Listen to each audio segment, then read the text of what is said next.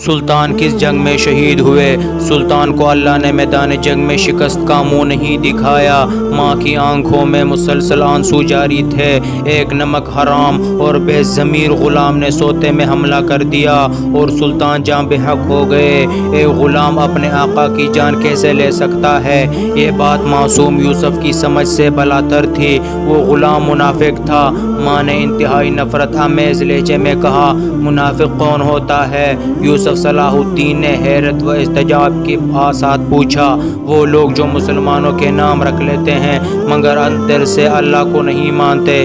ماں نے معصوم یوسف کو سمجھاتے ہوئے کہا، سلطان کا غلام بھی ایک ایسا ہی غلام تھا۔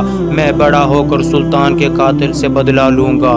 یکا یک جوش غضب سے یوسف کا سرخ چہرہ انگارے کی طرح دہکنے لگا۔ میرے بچے، جب تک تم جوان ہوں گے وہ مردود پتہ نہیں کہاں ہوگا، مر بھی چکا ہوگا۔ ماں نے انتہائی شکستہ لہجے میں کہا۔ یوسف کچھ دیر تک خاموشی سے کھڑا سوچتا رہا، پھر وہ تیزی کے ساتھ ان کے کمرے سے نکل گیا۔ ست الملک خاتون بیٹے کی یہ اضطراری حرکت دیکھ کر گھبرا گئی اور پھر خود بھی اٹھ کر یوسف کے پیچھے پیچھے چلے گئی۔ اتنے میں یوسف ایک تلوار لے کر پلٹا۔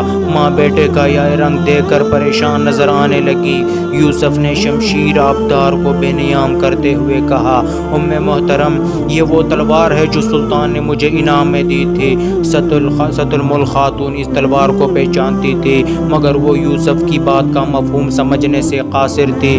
میں اس تلوار سے ان لوگوں کا کو قتل کروں گا جو اسلام کے دشمن ہیں۔ نرم و نازک جسم والا یوسف اس وقت ایک چٹان کی طرح نظر آ رہا تھا۔ یا میرے اللہ سے وعدہ ہے کہ میں منافقوں کو نہیں چھوڑوں گا۔ پھر جب سلطان عماد الدین زنگی کی تدفین کے بعد نجم الدین ایوب اور اسد الدین شیر کو موصل واپس آئے تو ایک بار پھر گھر کی فضا سوگوار ہوئی۔ نجم الدین ایوب رو رو کر اپنے آقا کے احسانات شمار کر رہا تھا۔ پھر اس نے ایک آہ سرد کھینچ کر کہا، مجھے زندگی بھر اس کا افسوس رہے گا کہ میں آخری وقت میں اپنے آقا کے لیے کچھ نہ کر سکا۔ میرا خیمہ سلطان کے خیمے سے بہت دور تھا۔ اسد الدین شیر کوہ کی آنکھوں میں بھی آنسو تھے۔ میں نے بھی سلطان کو بارہا سمجھایا تھا کہ وہ اس وقت حالت جنگ میں ہیں، اس لیے انہیں کسی ایک فرد پر بھروسہ کرنے کے بجائے مکمل حفاظتی دستہ قائم کرنا چاہیے۔ اسد الدین شیر کوہ نے اداس لہجے میں کہا، کاش سلطان نے میرا مشورہ قبول کر لیا ہوتا تو یہ المناک واقعہ رونما نہ ہوتا اور ملت اسلامیہ ایک عظیم مجاہد سے معروم نہ ہوتی۔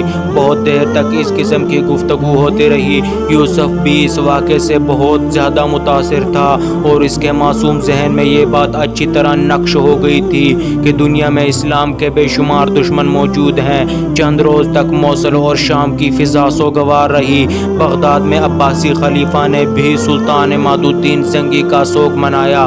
تمام مسجدوں اور مدرسوں میں سلطان شہید کے لیے اجتماعی دعائیں کی گئی۔ غریب اور محتاج لوگوں میں صدقات اور کپڑے تقسیم کیے گئے۔ سلطان عماد الدین کے 4 بیٹے تھے، سیف الدین غازی، نور الدین محمود، قطب الدین مودود اور نصر الدین امیران۔ زنگی خاندان کے دشمن اس بات کا انتظار کر رہے تھے کہ حصول اقتدار کے لیے چاروں بھائیوں میں تلواریں کھینچ جائیں، پھر خون کے دریا بھی بہیں گے اور اس طرح ہمیشہ کے لیے عماد الدین زنگی کے وارثوں کا خاتمہ ہو جائے گا۔ اس تماشے کے منتظرین میں جوسلن ثانی اور ہزاروں عیسائی بھی شامل تھے جنہوں نے ایڈیسا کے مارکے میں سلطان عماد الدین زنگی کے ہاتھوں شکست کھائی تھی، مگر بدخواہوں کی شدید خواہش کے باوجود یہ خون رنگ کا تماشا نہ ہو سکا اور اللہ نے اس سنگین گھڑی کو سلامتی کے ساتھ ٹال دیا۔ اقتدار کی منتقلی کا مسئلہ بحسن و خوبی حل ہو گیا۔ زنگی کے سب سے بڑے بیٹے سیف الدین غازی کے حصے میں موصل کا علاقہ آیا اور دوسرے بیٹے نور الدین محمود زنگی نے شام میں اقتدار سنبھال لیا۔ عیسائی دنیا جس نے سلطان عماد الدین زنگی کی شہادت پر رقص و شراب کے ساتھ جشن منایا تھا، سلطان کی اس تقسیم پر بہت زیادہ خوش نظر آ رہی تھی۔ مگر صلیبیوں کے خیال میں زنگی کی فوجی طاقت دو حصوں میں بٹ گئی تھی، جو عیسائیوں کے لیے انتہائی نیک شگون تھا۔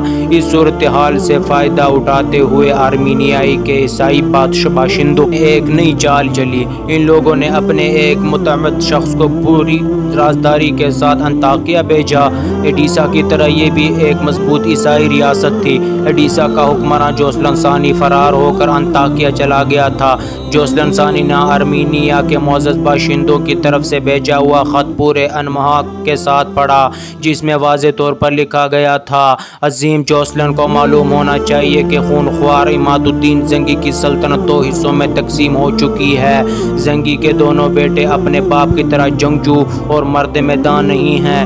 مزید یہ کہ ابھی دونوں بھائی اپنے اپنے انداز میں حکومت کے انتظامات مضبوط کرنے میں مصروف ہیں۔ مقدس باپ اور بیٹے نے صلیب کی سربلندی کے لیے ہمیں ایک اور سنہری موقع فراہم کیا ہے۔ اس سے پہلے کہ زنگی سلطنت میں استحکام پیدا ہو، آپ بلا تاخیر مسلمانوں سے ایڈیسا کی شکست کا انتقام لے کر اہل صلیب کے دلوں کو قرار اور عیسائیت کو سرخرو ہونے کا موقع فراہم کریں۔ آرمینیا کے معززین کا خط پڑھ کر جوسلن ثانی کے ہونٹوں پر ایک فتنہ گر اور عیار مسکراہٹ ابھر آئی۔ پھر اس نے وہ خط انطاکیہ کے حاکم ڈیمورا کی طرف بڑھا دیا، جو اپنے مذہبی تعصب میں شاہ یروشلم گاڈفرے اور جوسلن ثانی سے کسی طرح بھی کم نہیں تھا۔ ڈیمورا نے آرمینیا کے باشندوں کی طرف سے بھیجے جانے والے دعوت نامے کے ایک ایک حرف کو بہت غور سے پڑھا اور ایڈیسا کے شکست خوردہ حکمراں کی طرف سوالیہ نظروں سے دیکھتے ہوئے بولا: عظیم جوسلن کے کیا ارادے ہیں؟ جوسلن ثانی نے اس موقع کو غنیمت جانا اور ڈیمورا کے مذہبی جذبات کو بھڑکاتے ہوئے انتہائی جذباتی لہجے میں بولا: اس کے سوا میری زندگی کا کوئی مقصد نہیں کہ میں صلیب کے نام پر قتل ہو جاؤں یا پھر اپنے عظیم پیغمبر کی طرح صلیب پر چڑھا دیا جاؤں۔ یہ کہتے ہوئے جوسلن ثانی بہت زیادہ غمزدہ نظر آنے لگا تھا اور اس کی آنکھوں سے بھی ہلکی ہلکی نمی جھلکنے لگی تھی۔ انطاکیہ کا حاکم ڈیمورا جوسلن کی باتوں سے بہت زیادہ متاثر ہوا۔ میں اس سلسلے میں آپ کی کیا مدد کر سکتا ہوں؟ شکست خوردہ جوسلن کے دل میں حکمرانی کا جذبہ بڑی شدت کے ساتھ دوبارہ کروٹیں لینے لگا تھا۔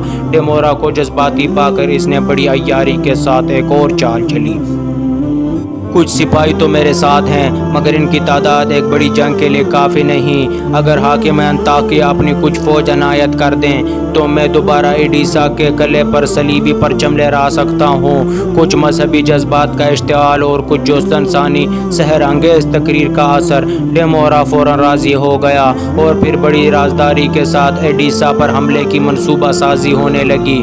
جاری ہے۔